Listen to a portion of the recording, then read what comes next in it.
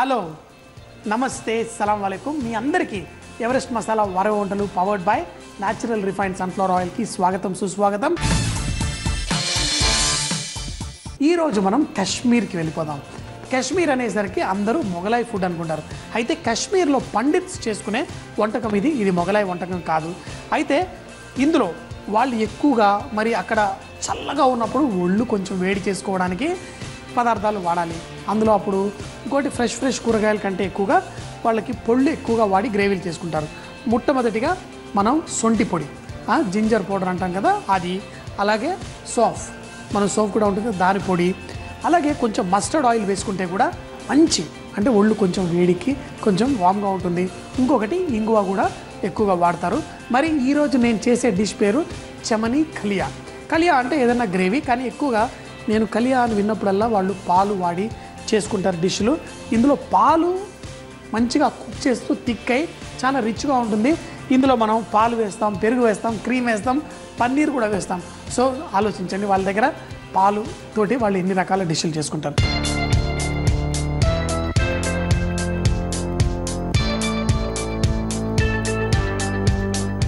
ముందుగా మన ఆవాల నూనె, మస్టర్డ్ ఆయిల్. అయితే మస్టర్డ్ ఆయిల్లో మీకు ఒక విషయం చెప్పాలి, ఇది వర్జిన్ మస్టర్డ్ ఆయిల్ అంటే పచ్చి నూనె. అయితే ఈ పచ్చి నూనె మనం సరిగ్గా వేడెక్కకుండా మనం వంటల్లో వాడేసుకున్నాం అనుకోండి, మన కడుపుకి నొప్పిగా ఉంటుంది. అయితే ఏం చేస్తారంటే ఈ పచ్చి నూనెని బాగా వేడి చేయాలి, అంటే బాగా పొగొచ్చే టైం తర్వాతే దీన్ని మనం వంటల్లో వాడుకోవచ్చు. కాబట్టి ఈ నూనె కొంచెం వేడెక్కి పొగొచ్చేంత వరకు మనం బెంగాల్ వెళ్ళామనుకోండి, వాళ్ళు కూడా వాళ్ళ వంటల్లో మస్టర్డ్ ఆయిల్ వాడినప్పుడు మంచి పొగొచ్చిన తర్వాతే దాంట్లో నాన్ వెజిటేరియన్ చేపలు ఏవి చేసుకున్నా కానీ ఈ వేడెక్కిన నూనెలో ఫ్రై చేసుకుంటారు. మరి ఈ నూనెని కొంచెం వేడెక్కిన తర్వాత దీంట్లో మనం పన్నీర్ వేయబోతున్నాం ఈ డిష్లో. అయితే పన్నీర్ని కూడా లైట్గా ఫ్రై చేసుకొని తీసి పక్కన పెట్టుకొని తర్వాత గ్రేవీ ఎలా చేయాలో చూద్దాం. కానీ ముందుగా మన ఆవాల నూనె, మన మస్టర్డ్ ఆయిల్, పచ్చి మస్టర్డ్ ఆయిల్ మంచిగా వేడెక్కి కొంచెం పొగొచ్చేదాకా ఆగుదాం. ఇక్కడ నూనె పొగలు వచ్చేస్తుంది. పొగలు వచ్చినప్పుడు మనం ఈ గాలి కొంచెం కూడా పీల్చుకుంటే ఇట్లా మండినట్టుగా ఉంటుంది. అందులో మన ఆవాల్లో అంత ఘాటు అయిన తర్వాత ఆ పొగ వచ్చినప్పుడు దీన్ని స్టవ్ తగ్గించేద్దాం. ఇప్పుడు నూనె పర్ఫెక్ట్ మనం వాడుకోవడం కోసం మరి ఈ పన్నీర్ ముక్కలు కూడా మనం ఇందులో వేసి లైట్గా ఫ్రై, ఎక్కువ కాదు కొంచెంగా ఫ్రై చేసుకుందాం. పచ్చి మస్టర్డ్ ఆయిల్ అంటే ఇలా మంచి కలర్ ఉంటుంది. మరి పన్నీర్ ముక్కలు రెండు వైపులా లైట్గా ఇలా ఫ్రై చేసుకుందాం. మరీ ఎక్కువ కూడా చేయకూడదు, లైట్గా ఫ్రై చేసుకుంటే సరిపోతుంది. అయితే ఇలా రెండు పక్కల కొంచెం ఫ్రై చేసేసుకుందాం. ఈ ఆవాల నూనెలో ఈ పన్నీర్ని లైట్గా ఫ్రై చేసుకుంటే మంచి టేస్ట్ పన్నీర్కి వస్తుంది. ఇప్పుడు ఈ పన్నీర్ ముక్కల్ని మనం ఒక ప్లేట్లో తీసేసుకుందాం. ఇంకొకటి ఏంటంటే కాశ్మీర్ వంటల్లో వాళ్ళకి ఏంటి, వాళ్ళు కొండలు ఎక్కాలా, కొండలు దిగాలా అంటే వాళ్ళకి ఎనర్జీ ఎక్కువ కావాలి. అందుకే వాళ్ళు వంటల్లో ఎప్పుడు చూసినా కొంచెం నూనె ఎక్కువగానే ఉంటుంది. ఎంత తిన్నా లావెక్కరు, ఎందుకంటే పొద్దున కొండ ఎక్కాలా, రాత్రి మళ్ళీ కొండ ఎక్కాలంటే బాగా ఎనర్జీ కన్జ్యూమ్ అయిపోతుంది. ఇప్పుడు ఇందులో గరం మసాలా, మనకి కావాల్సిన గరం మసాలాలు మనం ఈ నూనెలో వేసుకొని, అలాగే కొంచెం అంత షాయి జీరా, మరి ఇవి కూడా కొంచెం వేగిన తర్వాత పచ్చిమిరపకాయలు, అలాగే కొత్తిమీర, పుదీనాకు ఇవి కూడా ఇందులో వేసేసుకుందాం. అయితే దీనివల్ల మంచి టేస్ట్ కూడా వస్తుంది. అలాగే ఇందులో పసుపు, ఇవన్నీ వేసేసరికి కొంచెం వేడి కూడా తగ్గిపోతుంది. అప్పుడు కొంచెం పసుపు, అలాగే ముఖ్యమైన ఫ్లేవర్ రావడం కోసం మనం ఈ ఫెనల్ అంటే సోంపు అంటాం కదా దాని పొడి, అలాగే సొంటి పొడి అంటే అల్లం పొడి కూడా కొంచెం, మరీ ఎక్కువ కాదు కొంచెం వేసుకుందాం. అయితే వాళ్ళు ముఖ్యంగా వాళ్ళు ఇంగువ కూడా వేసుకుంటారు. అది కూడా ఆ చల్ల ఉన్న ప్రదేశాల్లో బాగా హెల్ప్ అవుతుందని. మరి ఇంగువ మన ఎవరెస్ట్ వారికి కొంచెం బాబోయ్ ఎక్కువ పడింది అనుకోండి మొత్తం డిష్ పాడైపోతుంది. సో మరి కొంచెం అంత ఇంగువ కూడా వేసుకుందాం, మన ఎవరెస్ట్ వారి ఇంగువ. ఆల్రెడీ మంచి సువాసన వచ్చేస్తుంది. ఇందులో మనం కొంచెం అంత జీలకర్ర పొడి, అలాగే ఇందులో పెరుగు, మసాలాలు ఏవి మాడకూడదు. ఈ పెరుగు కూడా మంచిగా మనం బీట్ చేయాలి. పెరుగు అయితే కొంచెం వేసాం, కానీ దీంట్లో పాలు కూడా వేద్దాం. అది కూడా పాలు విరుగుతుంది, కానీ ఆ విరిగిన ఈ మసాలాతో పాటు స్లోగా కుక్ అయి థిక్ అయితే టేస్ట్ చాలా అద్భుతంగా ఉంటుంది. ఇది అయిన తర్వాత దీంట్లో పాలు కూడా విరిగిపోతాయి. మరి పెరుగు ఇవంతా ఉన్నప్పుడు పాలు విరగవా? అది కూడా విరుగుతుంది. కానీ ఇలా కలుపుతూ ఉన్నామనుకోండి, కొంచెం ఆ విరిగిన దాంట్లో ఏంటంటే మనకి మరీ గడ్డలు కట్టకుండా కొంచెం సాఫ్ట్గా ఉంటుంది. ఇప్పుడు దీన్ని కుక్ అవ్వనివ్వాలి.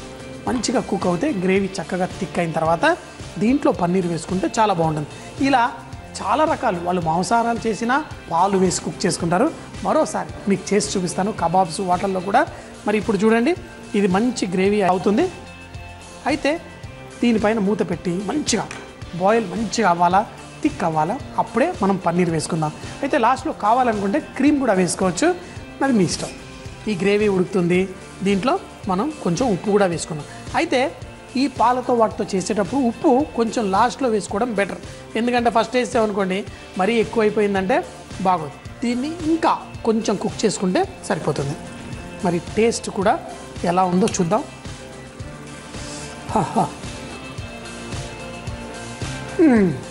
చాలా బాగుంది. అయితే ఈ టిపికల్ టేస్ట్ అనమాట. అంటే వాళ్ళకి ఈ ఫ్లేవర్సు, ఈ మస్టర్డ్ ఆయిల్, ఈ సొంటి పొడి, వీటితో చేసుకునే కూరలు వాటి రుచి చాలా బాగుంటుంది. అంతేకాకుండా దానిపైన వచ్చే నూనెకు కూడా ఒక మంచి సువాసన వస్తుంది. అయితే వాళ్ళు బాస్మతి రైస్తో కానీ రొట్టెలతో కానీ తింటే భలేగా ఉంటుంది. మరో విషయం, నేను అక్కడ కాశ్మీర్లో ఉన్నప్పుడు వాళ్ళు ప్రతి వీధిలో ఒక రొట్టెలు చేసేవాడు ఉంటాడు. ఒక పెద్ద తందూరులాగా ఉంటుంది. వాళ్ళందులో రకరకాల రొట్టెలు, మనమైతే ఏదో నాను అనుకుంటాం, వాళ్ళైతే రకరకాల రొట్టెలు ఉంటాయి. రొట్టెలపైనే రకరకాల నట్స్ అవి కూడా వేసి చేస్తూ ఉంటారు. చాలా బాగుంటుంది. మరి ఆ కొన్ని రొట్టెలు కూడా మనం షోలో తప్పకుండా నేర్చుకుందాం. మరి ఈ గ్రేవీ అయితే చూడండి మంచిగా థిక్ అయిపోతుంది. ఇప్పుడు దీంట్లో మనం పన్నీర్ కూడా వేసేసుకుందాం. ఈ పన్నీర్ ముక్కలు కూడా వేసుకొని ఇప్పుడు రెడీ చేసుకుందాం. చూడండి ఎంతో ఈజీగా. అయితే నేను పచ్చి పుదీనాకు వేశాను, వాళ్ళైతే పచ్చి పుదీనాకు కాకుండా ఎండిపోయిన పుదీనాకును కూడా కొంచెం పొడి చేసి వేసేసుకుంటారు. వాళ్ళకి ఈ కూరగాయ దొరుకుతుందా, ఆ కూరగాయ దొరుకుతుందా అని కాదు, ఆ సీజన్లో ఏవైతే దొరుకుతాయో వాటితో పాటే వాళ్ళు చక్కగా చేసుకుంటారు. మరొకటి, ఇదే విషయంలో మనం రాజస్థాన్ వైపు వెళ్ళామనుకోండి, అక్కడ ఎండలు, అక్కడ కూడా ఎండాకాలంలో కూరగాయలు ఎక్కువగా దొరకవు. అప్పుడు వాళ్ళు ఎండిపోయిన కూరగాయలతోటి వాటితో చేసుకుంటారు. మీరు కాశ్మీర్, జమ్మూ అటు వెళ్ళినప్పుడు రోడ్ల మీద చూస్తే కనుక షాపులు ఉంటే పెద్ద పెద్ద సంచులలో మసాలాలు ఉంటాయి. ఇవన్నీ పొళ్ళు ముందుగానే మంచిగా దొరికేటప్పుడు చేసి చిన్న చిన్న ఉండలుగా కట్టేసి పెడతారు. దాన్ని ఇలా దంచి పొడి కూరల్లో వేసేసుకుంటారు. చాలా రుచి వచ్చేస్తుంది. సో అక్కడ కాశ్మీర్ కూడా ఒకరోజు మీరు చూస్తూనే ఉండండి మన షో. ఒకరోజు కాశ్మీర్కి కూడా వెళ్ళి వంటలు చేయాలని నాకు చాలా ఇష్టం. బయటికి వెళ్ళి అక్కడ మనుషులతో మాట్లాడుతూ అక్కడ వాళ్ళతో వంట చేస్తే ఎంత బాగుంటుంది. సో తప్పకుండా త్వరలో చేద్దాం. మరి పన్నీర్ కూడా వేసాను. లాస్ట్లో కొంచెం అంత క్రీమ్ వేసుకుంటే కొంచెం కలిసిపోతుంది. క్రీమ్ కొంచెం వేసి స్టవ్ కట్టేసి ఈ క్రీమ్ని కూడా ఇందులో వేసేసుకోండి. అయితే మన దగ్గర కొన్నిసార్లు పాలల్లో పెరుగు వేయకూడదు, లేకపోతే పన్నీర్లో పాలు వేసి చేయొద్దు, ఇలా చాలాసార్లు మనం వింటూ ఉంటాం. అలాంటి ఏం లేదు. మనం రుచికరంగా టేస్టీగా చేసుకోగలిగితే అదే బాగుంటుంది. మరి మన డిష్ రెడీ అయిపోయింది. దీన్ని వడ్డించేసుకుందాం. చక్కగా మన గ్రేవీ కూడా రెడీ అయిపోయింది. చూడండి ఆటోమేటిక్గా ఆ థిక్నెస్ కూడా వచ్చేసింది. గ్రేవీకి కూడా మంచి రుచి వచ్చింది. దీంట్లో కొంచెం అంత మస్టర్డ్ ఆయిల్ కూడా తేలుతూ భలేగా ఉంది. ముఖ్యంగా వీటిని మనం రొట్టెలతో తింటే చాలా బాగుంటుంది. సో మరి ఒక మంచి రొట్టెతో ట్రై చేస్తాను. మరి ఈ పన్నీర్ ముక్కలు రొట్టెతో తింటే చాలా బాగుంటుంది.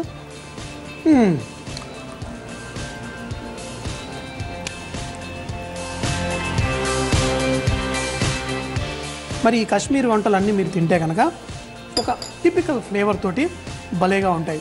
నాకైతే చాలా ఇష్టం. మరి మీరు కూడా వీలైతే ఎండాకాలం కాశ్మీర్కి ఒక ట్రిప్ వేయడానికి ట్రై చేయండి. మరి అక్కడ అద్భుతమైన వంటలు కూడా ట్రై చేయండి.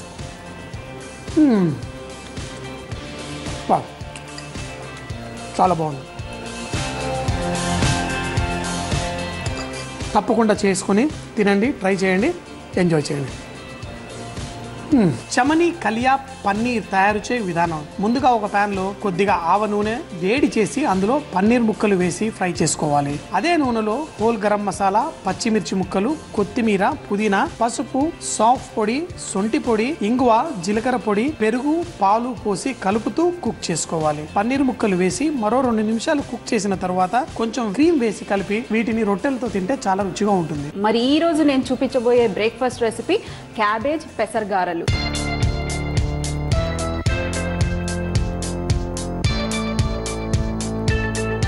మనకి కావాల్సింది ఫస్ట్గా పెసరపప్పు.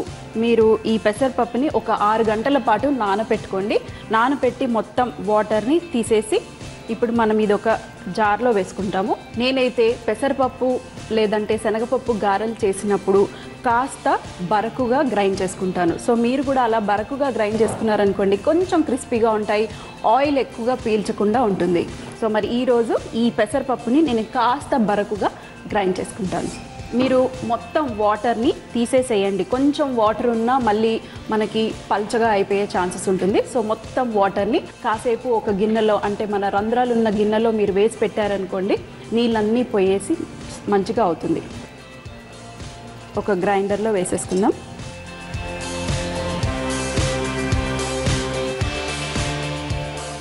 సో మరి ఇది ఒక్కసారి తిప్పేసుకుంటే మన వడాకి పిండి రెడీ అయిపోతుంది. సో మరి చూడండి, ఇక్కడ మన పెసరపప్పుని మీరు చూస్తే నేను బరకుగా గ్రైండ్ చేసుకున్నాను. కొంచెం పప్పుగా కనిపిస్తుంది, కొంచెం సాఫ్ట్గా కూడా ఉంది.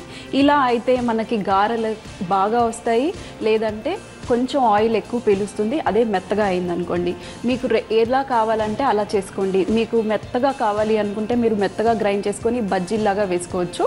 కానీ ఈరోజు మరి గారెలు చేస్తున్నాం కాబట్టి కొంచెం మంచిగా గట్టిగా ఉంటే బాగుంటుంది పిండి. సో మరి ఇదంతా ఒక బౌల్లో వేసేసుకొని మిగతావి కూడా వేసేసుకుందాం.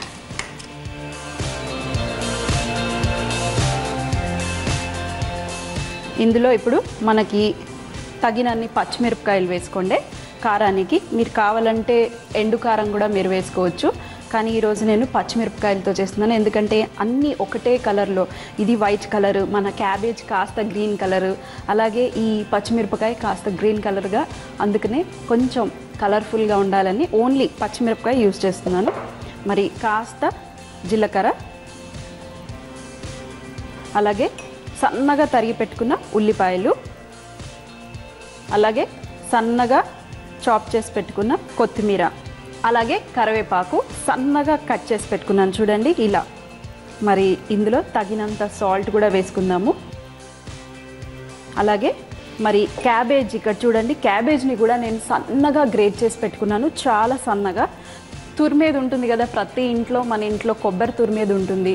సో ఆ కొబ్బరి తురిమేది తీసుకొని మీరు ఇలా తురిమేసుకొని సన్నగా చేసుకోండి. లేదు అంటే గ్రైండర్లో వేసుకోవచ్చు, కానీ గ్రైండర్లో మీరు వేసుకున్నారనుకోండి ఎక్కువగా గ్రైండ్ అయిపోయి మెత్తగా అయ్యి అలాగే వాటర్ వచ్చేస్తుంది. సో క్యాబేజ్లో వాటర్ కంటెంట్ ఎక్కువగా ఉంటుంది. సో కొంచెం వేసుకోండి, మరీ ఎక్కువ కాదు. ఫస్ట్ ఒకసారి మొత్తం మిక్స్ చేసుకుందాం. ఈ పప్పుని చాలామంది సలాడ్లో కూడా వాడుతూ ఉంటారు. సో మీరు డైరెక్ట్గా ఇలా తినేయచ్చు. మీరు ఇలా టేస్ట్ చేశారనుకోండి, సాల్ట్ కరెక్ట్గా ఉందా లేదా తెలుస్తుంది. సో మరి సాల్ట్ అయితే పర్ఫెక్ట్గా ఉంది.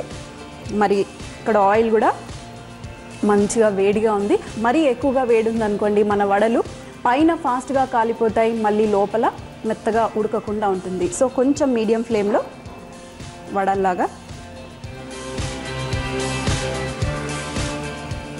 ఫస్ట్ చిన్న చిన్న ఉండలుగా చేసుకొని మన మసాలా వడలు ఎలా చేసుకుంటామో అలాగే ఇది కూడా.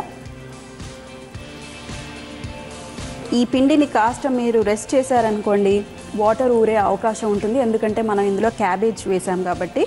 సో ఎప్పుడైనా ఇలా వేసుకున్నప్పుడు తొందరగా ఫాస్ట్గా వెంటనే చేసేసుకోండి.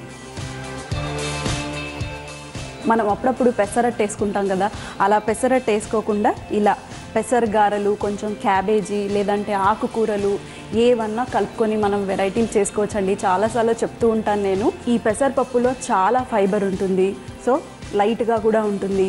ఎప్పుడన్నా ఇలా వడలు కానీ లేదంటే మీరు పెసరట్టు ఎలాగో వేసుకుంటాం కదండి, సో అప్పుడప్పుడు ఇలా వడలు వేసుకోండి, కొంచెం వెరైటీగా. కాస్త గోల్డెన్ కలర్ వచ్చేంత వరకు మనం కాల్చుకుందాం 2 వైపులా. చూడండి ఇక్కడ చక్కటి రంగు వచ్చేసింది. డైటింగ్ చేసే వాళ్ళకి ఈ పెసరపప్పు చాలా మంచిది. అలా అని డీప్ ఫ్రై చేసుకొని తినమని చెప్పట్లేదు. లైట్గా 1 కప్పు పెసరపప్పుని మీరు ఐదర్ ఉడికించుకోనన్నా ఇలా సలాడ్ లాగా చూడండి, ఇలా పచ్చిదైనా తిన్నా చాలా మంచిది. లేదంటే కాస్త మీరు తాలింపు వేసుకొని కొంచెం పుల్కాకి తిన్నారనుకోండి, పర్ఫెక్ట్గా మీరు ఒక నెల రోజుల్లో ఈ 1 కప్పు పప్పు కొంచెం పుల్కాలు తిన్నారనుకోండి, నాలాగా స్లిమ్గా ఉంటారు. ఎంత తిన్నా స్లిమ్గా ఉంటారు. పెసరపప్పులో ఫ్యాట్ అస్సలు ఉండదు కాబట్టి మీరు ఇది తినొచ్చు. అదే శనగపప్పు వడాలనుకోండి, అది కొంచెం గ్యాస్, అలాగే వేడి కూడా ఎక్కువ. సో ఎప్పుడన్నా మీరు తినాలనుకుంటే ఇలా పెసరగారలు, వేరే వేరే రకాల కూరగాయలు వేసుకుని చేసుకోండి. మరి స్విచ్ ఆఫ్ చేసేసి ఈ వేడి వేడి వడలు, నేను చకచకా చట్నీల్లో ఎన్నో రకాల చట్నీలు చూపించాను కదా, అందులో మీకు కావాలంటే పల్లీ చట్నీ చేసుకోవచ్చు, లేదంటే నువ్వుల చట్నీ చూపించాను, అది చాలా చాలా మంచి కాంబినేషన్. అదే పిల్లలకైతే ఇలా టమాటో కెచప్ ఇచ్చారనుకోండి, ఇన్ని వడలు గబగబా వెళ్ళిపోతాయి. మా వాడైతే అలాగే తింటాడు. మరి ఎందుకు వెయిట్ చేయటం, వేడి వేడిగా క్యాబేజ్ పెసరగారలు రెడీ అయిపోయాయి. వావ్,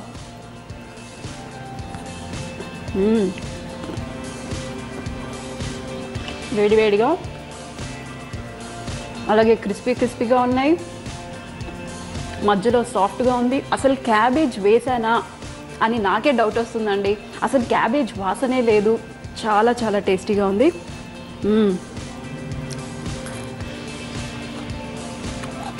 పైన అయితే కరకరలాడుతూ బా సూపర్ అండి, సూపర్. క్యాబేజ్ పెసరగారులు తయారు చేయు విధానం: ముందుగా పెసరపప్పును 6 గంటల పాటు నానబెట్టి బరకుగా గ్రైండ్ చేసి పెట్టుకోవాలి. ఇందులో పచ్చిమిరపకాయ ముక్కలు, జీలకర్ర, ఉల్లిపాయ ముక్కలు, కొత్తిమీర, కరివేపాకు, ఉప్పు, క్యాబేజ్ తురుము వేసి కలిపి వడల్లాగా ఒత్తుకొని మీడియం ఫ్లేమ్లో మంచి రంగు వచ్చేంత వరకు ఫ్రై చేసుకొని చట్నీతో సర్వ్ చేసుకుంటే చాలా బాగుంటుంది. జీ తెలుగు ప్రేక్షకులందరికీ నా నమస్కారాలు.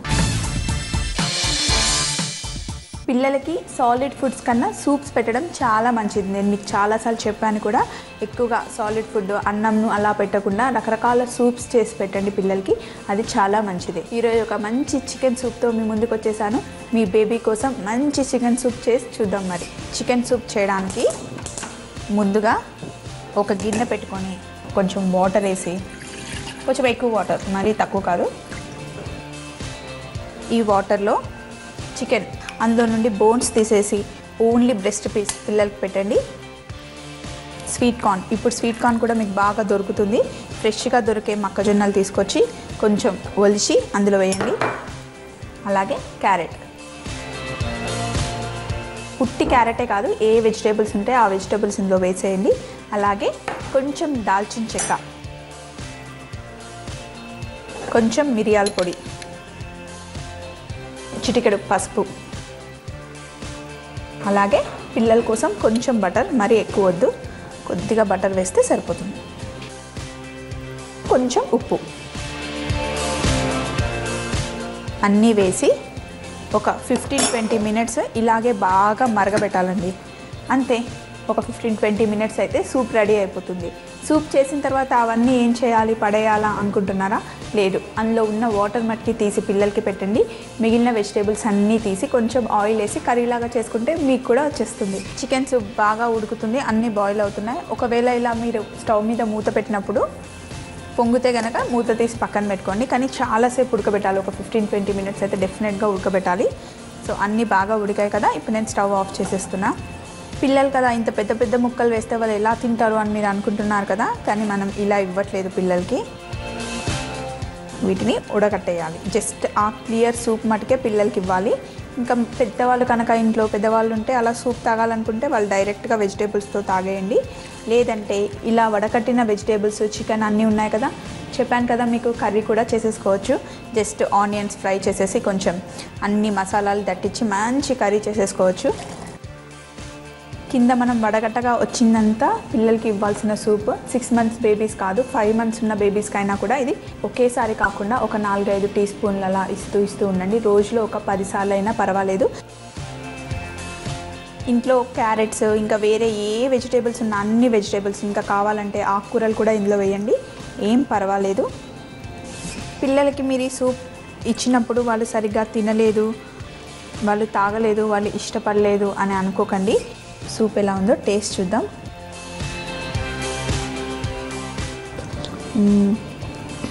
నేను పిల్లల కోసం అని చెప్పి కొంచెం మిరియాల పొడి, దాల్చిన చెక్క, కొంచెం మసాలాలన్నీ తక్కువ వేసాను కదా, కానీ మనకైతే ఇందులో ఇంకా కొంచెం మిరియాల పొడి వేసుకొని ఇంకా కొంచెం ఉప్పు వేసుకొని తాగితే చాలా బాగుంటుంది. మరి మరొక రెసిపీతో మళ్ళీ కలుస్తాను. మీ షెఫ్ స్వప్న వైట్ల. బాయ్ అండి. వారేవా అంటే అద్భుతమైన వంటలని.